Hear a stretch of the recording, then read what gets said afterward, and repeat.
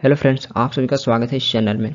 इस वीडियो में हम इंपॉर्टेंट क्वेश्चन कवर करने वाले हैं। तो फर्स्ट क्वेश्चन है, when was the international labour organisation form.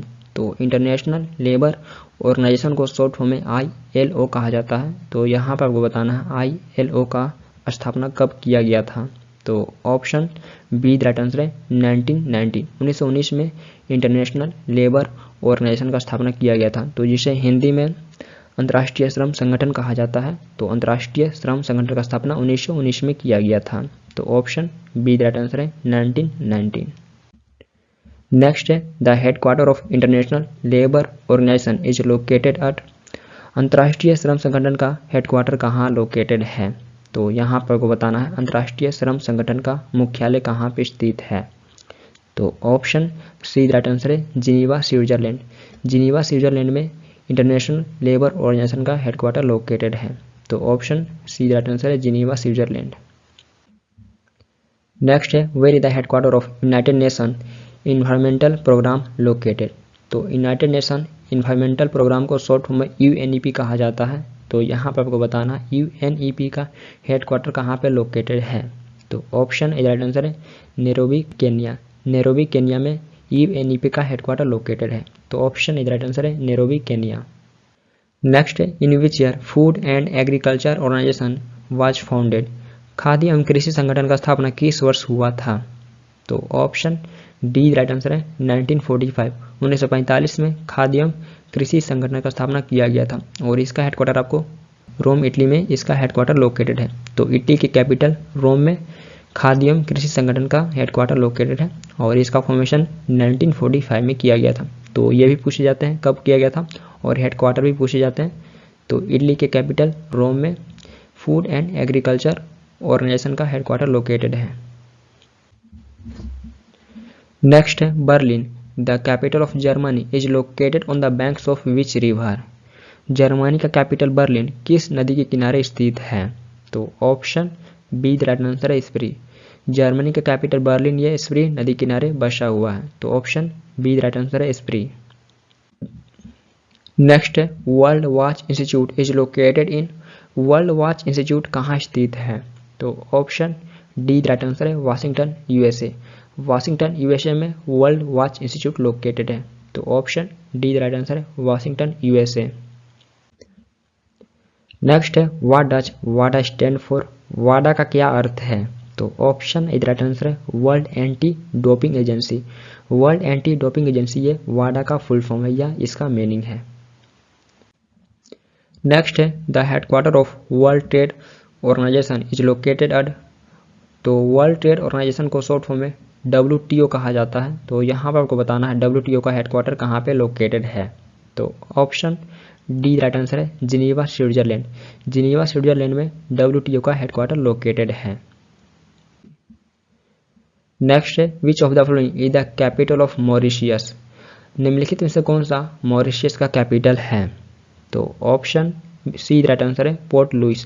Port Louis ये मॉरिशस का कैपिटल है और यहीं पे हम मॉरिशस के करेंसी का नाम देखें तो इसके करेंसी का नाम है मॉरिशस रूपी। मॉरिशस रूपी ये मॉरिशस के करेंसी का नाम है और इसका कैपिटल पोर्ट लुइस है।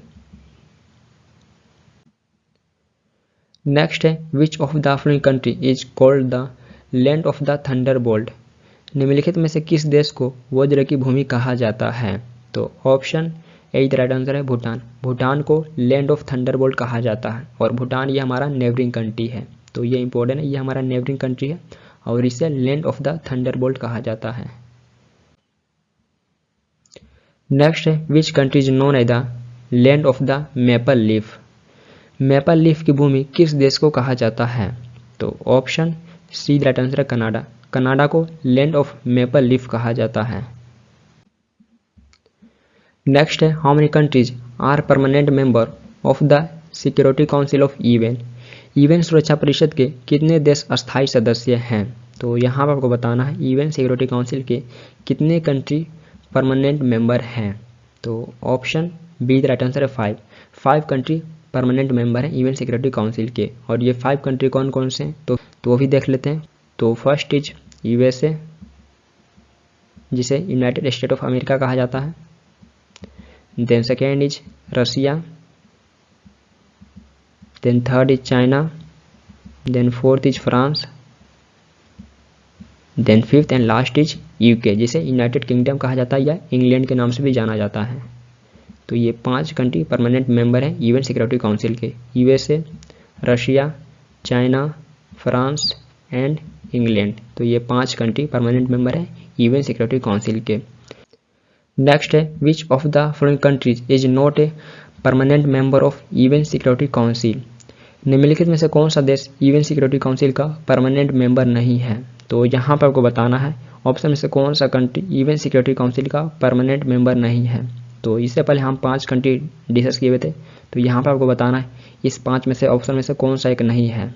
तो ऑप्शन डी राइट आंसर है जर्मनी। जर्मनी ये यूएन सिक्योरिटी काउंसिल का परमानेंट मेंबर नहीं है।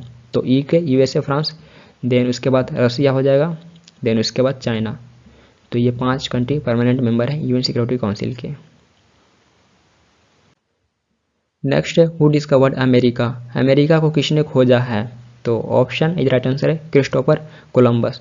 क्रिस्टोफर कोलंबस के द्वारा अमेरिका को खोजा गया और इनके द्वारा लगभग 1492 तो 1492 में सी रूट का डिस्कवर किया गया था। तो ये बेसिकली सी रूट का डिस्कवरी किए थे अमेरिका जाने के लिए, और वास्को डी गामा ये भारत आने के लिए सी रूट का डिस्कवरी किया था 1498 में वास्को डी गामा ये भारत आने के लिए सी रूट का डिस्कवरी किया था, और क्रिस्टोफर कोलंबस ये 1492 में अमेरिका को डिस्कवर किया था। नेक्स्ट है which of the following country is known as the land of morning calm. निम्नलिखित में से किस देश को लैंड ऑफ मॉर्निंग काम के नाम से जाना जाता है। तो ऑप्शन डी राइट आंसर है साउथ कोरिया। साउथ कोरिया को लैंड ऑफ मॉर्निंग काम के नाम से जाना जाता है। तो ऑप्शन डी राइट आंसर है।